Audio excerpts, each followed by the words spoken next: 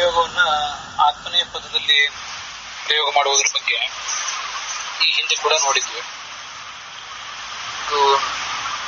ಶುಭಾಶುಭೈ ಕರ್ಮಭಿ ನ ಲಿಪ್ಯತಿ, ಶುಭಾಶುಭ ಕರ್ಮಗಳ ಲೇಪಕ್ಕೊಳಗಾಗುವುದಿಲ್ಲ ಅಂತ.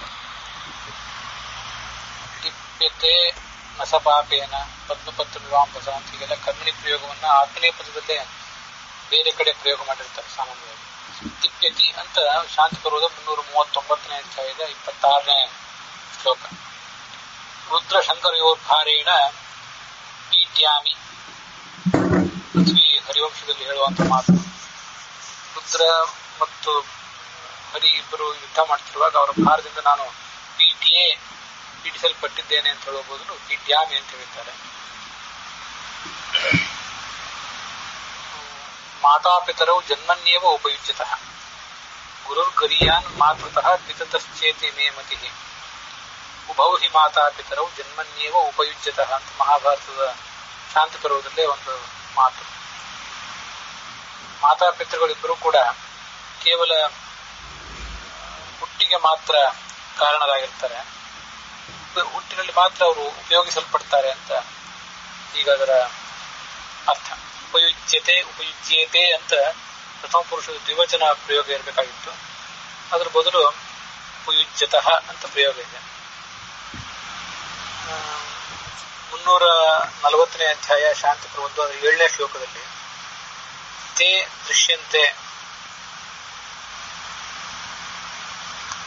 340ನೇ ಅಧ್ಯಾಯ 7ನೇ ಶ್ಲೋಕದಲ್ಲಿ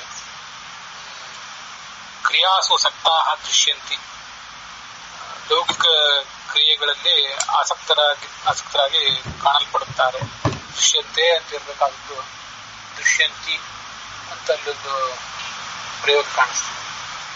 ಈ ದೃಶ್ಯಂತಿ ಅನ್ನುವ ಪ್ರಯೋಗ ಒಂದು ಶಾಂತಿ ಪರ್ವದ ಮತ್ತೊಂದು ಭಾಗದಲ್ಲೂ ಕೂಡ ಕಾಣಿಸ್ತದೆ.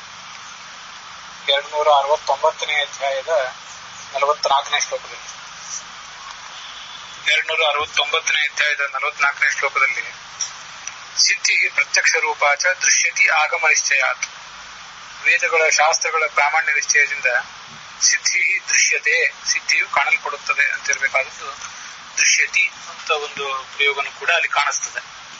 ಹೀಗೆ ಕರ್ಮಣಿ ಪ್ರಯೋಗವನ್ನ ಸಾಮಾನ್ಯವಾಗಿ ಆತ್ಮನೇ ಪದದಲ್ಲಿ ಪ್ರಯೋಗ ಮಾಡುವವರು ಅದಕ್ಕೊಂದು ವ್ಯತ್ಯಾಸವನ್ನ ಮಾಡಿ ಹೀಗೆ ಅದನ್ನ ಹೇರಳವಾಗಿ ಪರಸ್ಮಯ ಪದದಲ್ಲೂ ಕೂಡ ಪ್ರಯೋಗ ಮಾಡಿದ್ದು ಅಂತ ಕಾಣಿಸ್ತದೆ.